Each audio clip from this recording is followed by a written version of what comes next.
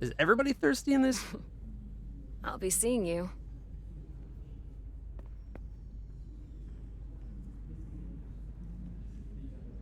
Although, going by the number of episodes in Star Trek where sex came up in some way or alluded to, Starfleet does seem pretty thirsty. Approaching the rendezvous point outside Atari space. Helm, bring us out of warp. Dropping to impulse. Ionic interference surging, Captain.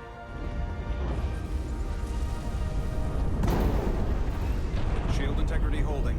We can take it. We are at the correct coordinates to meet the shuttle.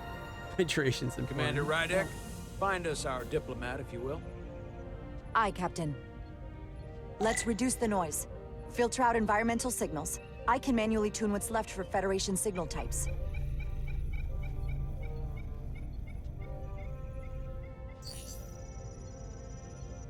I've located the shuttle. Opening comms. On screen. Shuttle to Resolute. Shuttle to Resolute. Debris field. Lost maneuvering. Losing. I can't get it any clearer.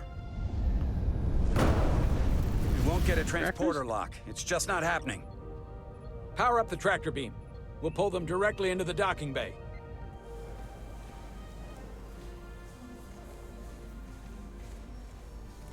Diaz, you good to run the tractor emitter? Yes, sir. Come on, Diaz. What's with all these panels that pull up rather than just are there? First thing, lock onto the shuttle and stabilize the rotation.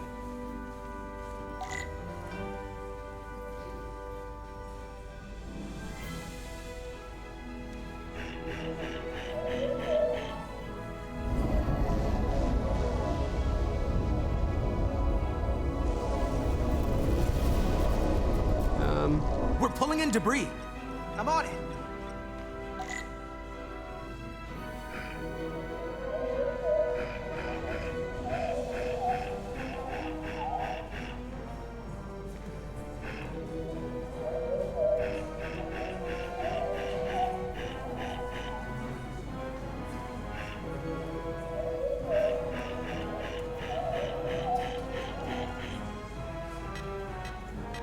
Even after pushing them away, they're still coming in.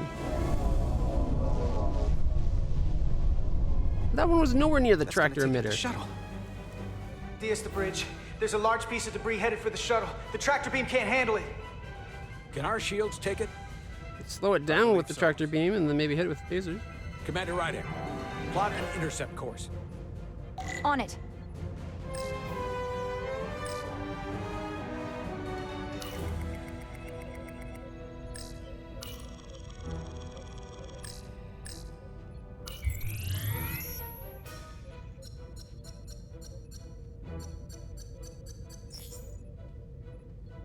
Here we go. Maneuvering thrusters bearing 53 Mark 17, 200 meters on an intercept course. Maneuvering. Phasers, anybody? Got it. Whoa! Someone's working hard on the bridge.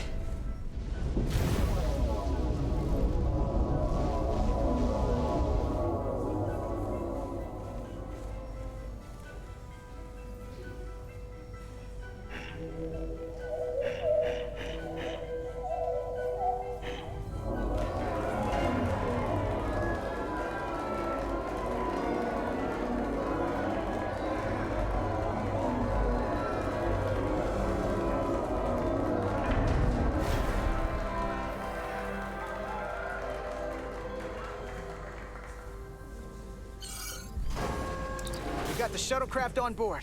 Good job. We're on our way down to meet them.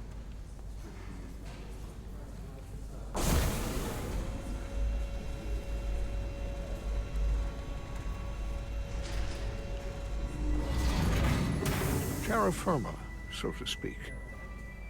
Fuck. Ambassador Spock.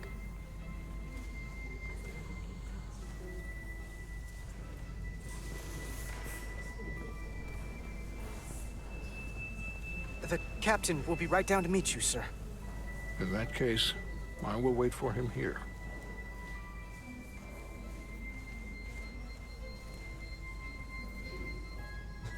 He looks a little, like, star-eyed, like,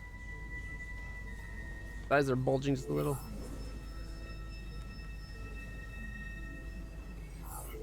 Well, let me be the first to say, welcome to the Resolute, Ambassador. Thank you, Petty Officer... Carter? Carter Diaz. Sir. I am pleased to meet you, Petty Officer Carter Diaz. It appears I have you to thank for my safe arrival. Your assistance arrived not a moment too soon, if I may say so. Well, it wasn't all me. I got some help from upstairs. A bombastic approach to clearing debris. We thought we were prepared for our arrival in Hotari space, but it is evident my craft was not sufficiently robust for such intense ionic activity. The storm has been pretty intense. There was an element that was most unusual. Before you came to our aid, our maneuvering thrusters and impulse engines were rendered inoperable. So we attempted a short traversal at warp speed, only to find that we could not achieve warp at all, even though our diagnostics computer showed no faults or anomalies. What do you make of that? When all indications say that warp speed is possible, but in practice, we find it is not. Well, this storm is one of the strangest phenomena we've ever encountered. It's disrupted other systems. Who knows what it might do to a warp drive? Yes, it would seem further investigation is called for. Take readings, run some additional diagnostic checks, and we'll get to the bottom of this. Quite logical, Petty Officer Diaz. Thank you. Ambassador Spock, Excuse me. I'm honored to have you aboard. I'd like to get right to it. We're already behind. That went well, I think. At least we didn't come off as a complete bumbling idiot in front of Spock.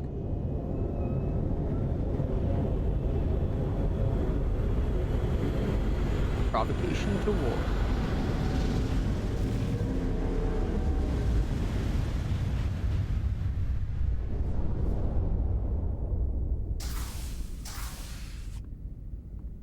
Ambassador Spock, my senior staff.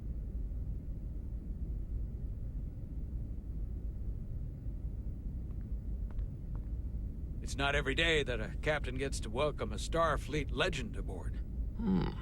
You flatter me, Captain Solano. But legend implies the past tense, whereas I am very much focused on our present circumstances. I didn't mean to suggest you were stuck in the past. You're right, Ambassador. Not the most diplomatic choice of words. You are a legend, Ambassador. There's not an officer in Starfleet that doesn't know of your career. I would A never living assume legend. that to be the case. We were hoping you could fill us in on the details. We got the basics from Starfleet. Two formerly peaceful neighbors are now on the brink of war. Indeed, and the tension between them grows fiercer by the hour. Not by the day? Elydia and Hotari. Elydians are the more advanced species. They made first contact with the Hotari over a century ago. This is Tau, the Hotari moon. It is rich in dilithium, and for decades, the Hotari and the Elydians have shared a mining operation there. The Elydians provide the technological resources, while the Hotari have served as the labor force. The stability of that arrangement was the source of their peace, until recently. The Hotari have suddenly and forcefully seized control of the mining operations and expelled the Elydians from their system. That is the official story, as told by the Hotari when they requested Federation mediation. But the details remain scant. Communications between all parties have been limited by the ionic interference.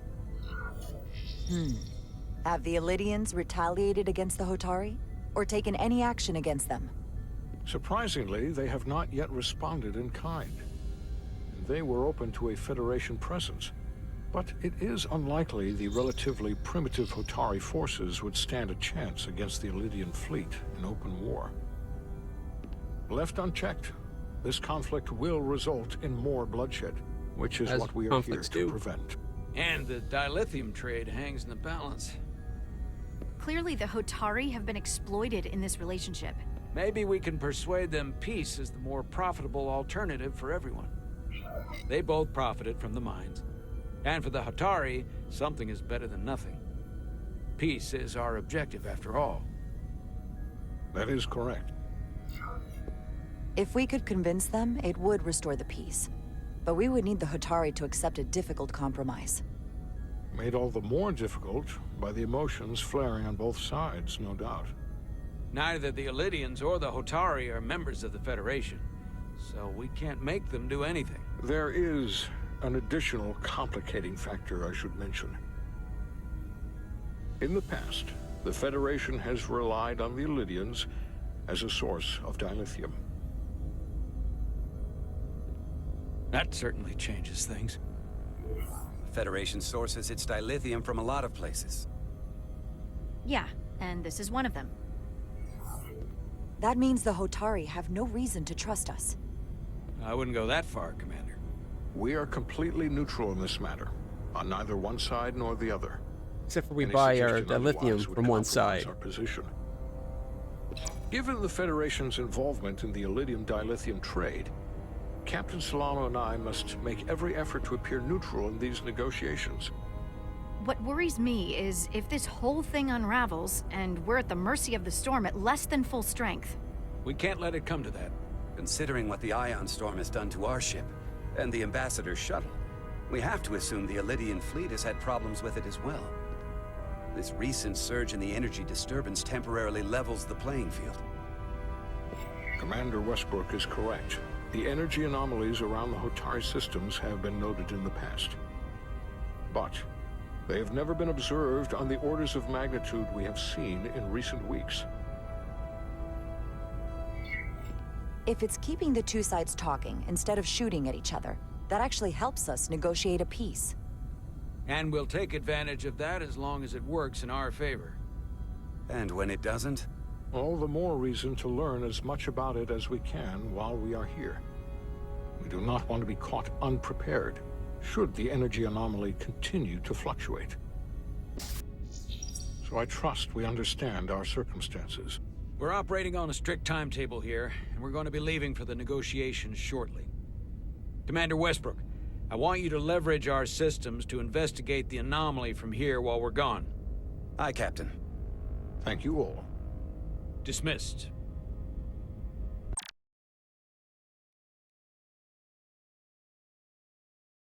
All right, let's see. Spock noticed our support and her distinct perspective on the dynamics of the conflict during the mission briefing. Neither positive nor negative, it seems. Seems like most of the people are liking our choices so far. Maybe not the captain. Still has misgivings about his orders being defied, but remained willing to place his trust in his new first officer to live up to expectations. The fact that we asked first, I think, should have been taken into account. Was annoyed after Carter put his own safety ahead. We didn't put our safety ahead of hers. She told us to get in there. I want to speak to both of you privately.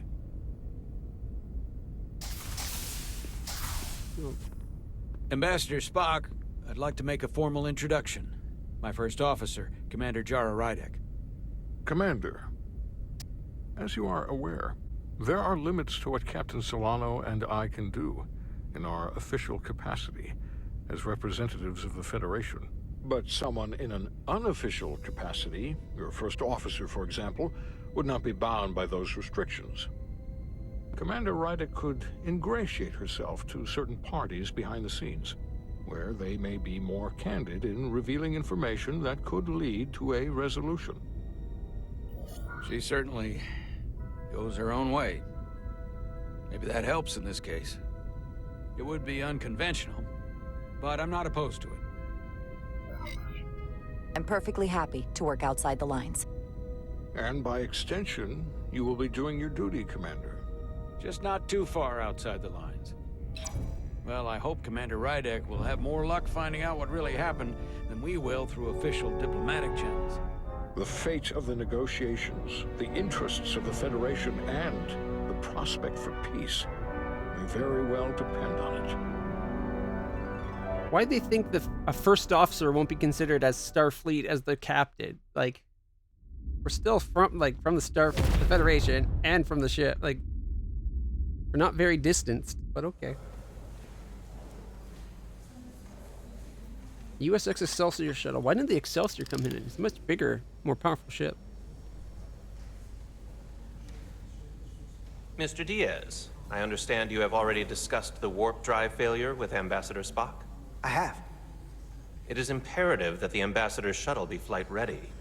I need you both to ascertain the root cause of the system failures he encountered. I'm surprised, Commander. I thought you would have wanted to work on Ambassador Spock's shuttle yourself. I respect the Ambassador and his many accomplishments, but I do not derive any satisfaction from interacting with his shuttle as if it were somehow transubstantiated through its association with him. Especially when I have the entirety of this starship to concern myself with. I am not the chief engineer of this shuttlecraft. The Ambassador asked me to take a look, and I'm ready to crack this thing open. Good. You could learn from Mr. Diaz's focus. I'll take notes. Then I will leave you to it. Make note of any abnormalities in your report. Carry on. One nice thing about Vulcans. Chovak is the only person who didn't look at this and treat me like I was something to pity. Doc says I should get used to it. Doesn't mean I want to be reminded of it every minute of the day. Hey, you won't get pity from me. I think it makes you look tough. As tough as you really are, that is. And that makes you sound pretty smart. I might need you to save me from myself next time, though. Come on. Let's get to the bottom of this. Still looks hot in my book. Scar doesn't change that. But not a positive, but... Etzler thought Carter was clever in his approach to appeasing her anger over his going first on the haul. All set. Let's run the diagnostic.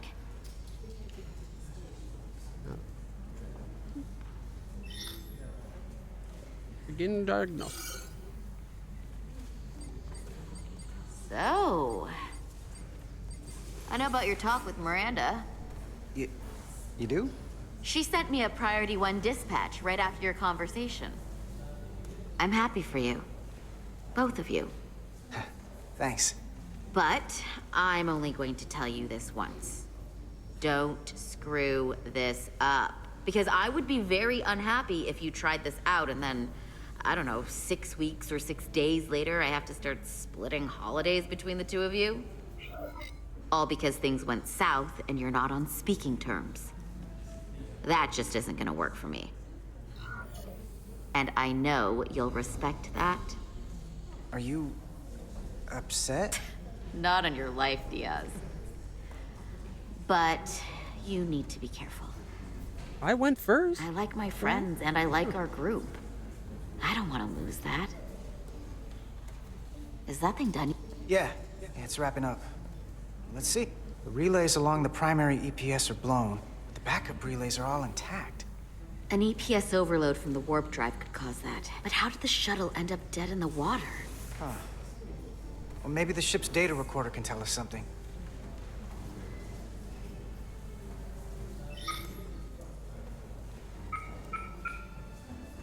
Alright, let's move it slowly. Here. They were only about 8 minutes from their plotted warp point. No faults, just those warnings. What are they?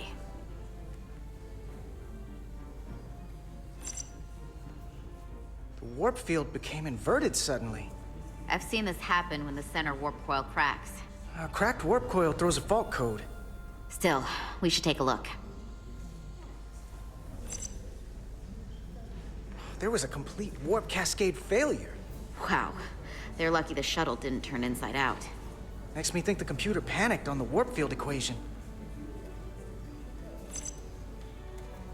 Subspace variance out of tolerance. What does that mean? It means the main navigation array lost sight of space somehow. Will the array going offline cause that? Yes, but it should have also thrown a fault code. Any one of these failures should have thrown a fault. If it was caused by a system failure. None of this caused the relays to blow. Roll forward to when that happened. Yes, ma'am.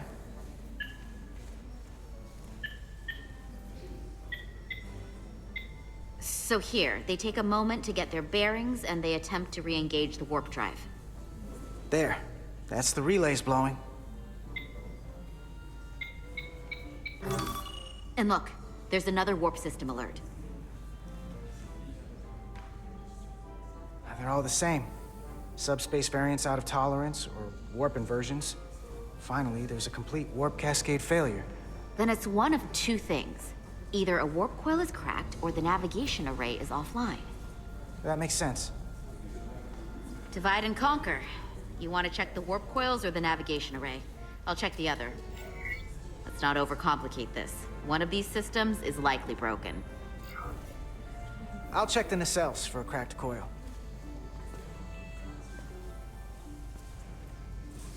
I feel like her getting zapped with that green stuff earlier, like the energy, is going to come back to be like maybe some kind of, I don't know, I don't want to say possession type thing, but maybe mind whammy. All right. Nope. All right. Resume.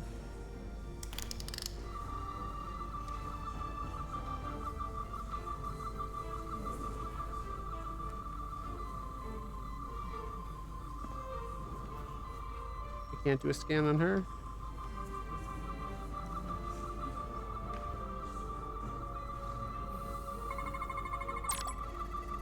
Some objects you scan will activate a deep scan.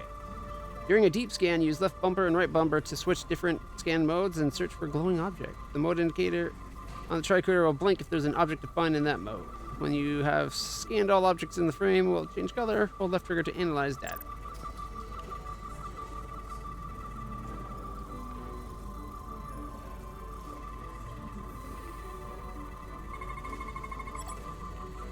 Static field, and there's standard state warp coils produce a residual electromagnetic field. No deviations detected.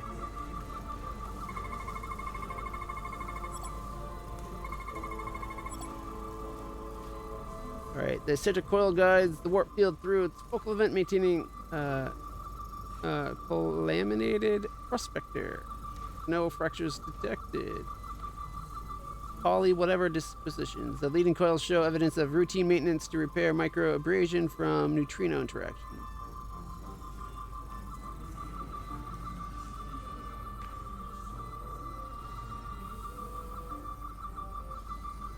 Any bio readings? I wanted to do a bio scan on her. Make sure she's okay.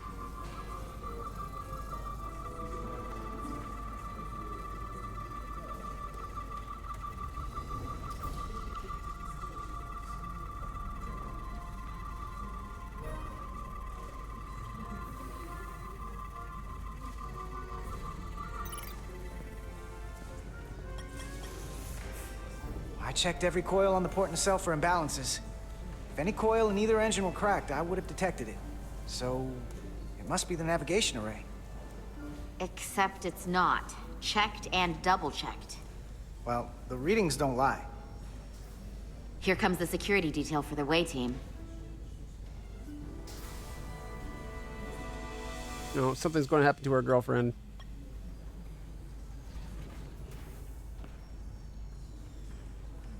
Hey. I'm not here. We're escorting the negotiating team to the surface as soon as they come down from the bridge. I don't want to interrupt some important work. I was just hoping to see you before I go. The captain and the others will be here any minute now. Should be an interesting ride down to the surface. You're the one with the important job to do. Keeping the captain safe. And Ambassador Spock. It doesn't always feel that way. Baking in the hot sun, standing guard next to an empty shuttlecraft. But it has its moments. Hey, Maris. Aren't these those button pushers you're always hanging out with? And you're the phaser jockeys we always beat in Parisi squares, right? All aboard for Hotari. That another one of the captain's railroad things? Gotta be. I just usually zone out by the time he gets to the whole, steam engines were the warp drives of their day part. Catch y'all later. You don't want to miss your train. Woo woo! All aboard! I do have to go.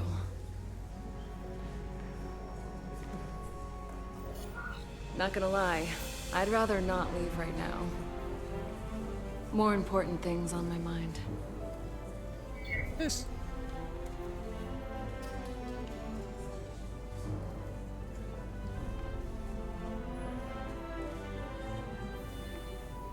That was nice. Looked better from the first angle when they didn't give a close up. Save some of that for when I get back. You've got a deal.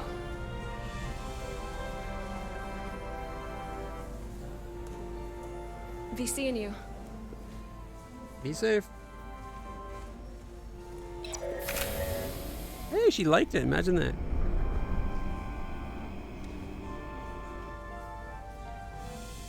Etzelarda Diaz. If you could float back down to reality, we still have a ways to go. All right, where were we? So, the warp coils in the navigation array are fine, but the nav computer doesn't seem to think so. I'm out of ideas short of field stripping the shuttle from bow to stern. You wanna take this out of the shuttle and throw it on the bench? Oh, real hands-on maintenance. I like it. Okay, the nav computer is patched into the ship. The ship's computer can double-check our work. If the shuttle's nav computer is putting out false data, we'll know it. Let's run through the shuttle's logs again. Why do I feel like that's a mistake? Running now.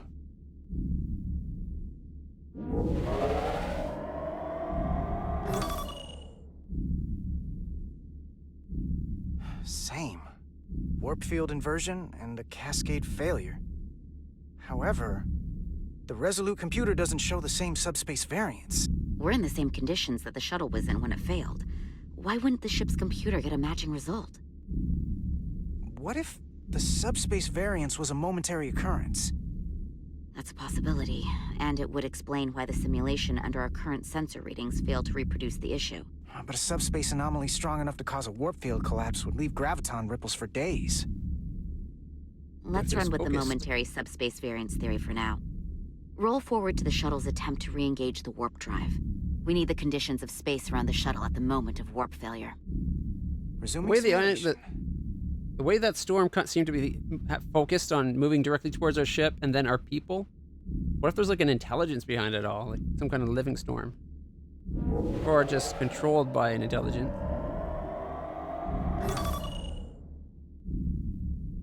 Error in warp field calculation. Cochrane formula variables are out of range. That right there. Take the shuttle sensor data from that moment. Computer, why did the warp field calculation fail? Warp field pressure return non-orthogonal. Results are undefined. That doesn't help. Wait, what if we use a different ship? Put the Resolute into the simulation instead of the shuttle. Yeah, it should warp just fine. Unless... Computer, run the simulation with the Resolute. Resolute simulated. Computer, give me manual control on the warp power. Static field intensity, warp 1.1. 1.2. 3. Warp pressure is destabilizing. Error in warp field calculation. The warp drive has experienced a system-wide cascade failure. Warp field collapsed. Subspace variance is out of tolerance. Cochrane formula results are undefined. Bingo. What-o? The same moment when the shuttle failed to warp, so did the ship. Whatever happened to the shuttle just happened to us. The Resolute will not sustain warp. We can't leave Hotari space.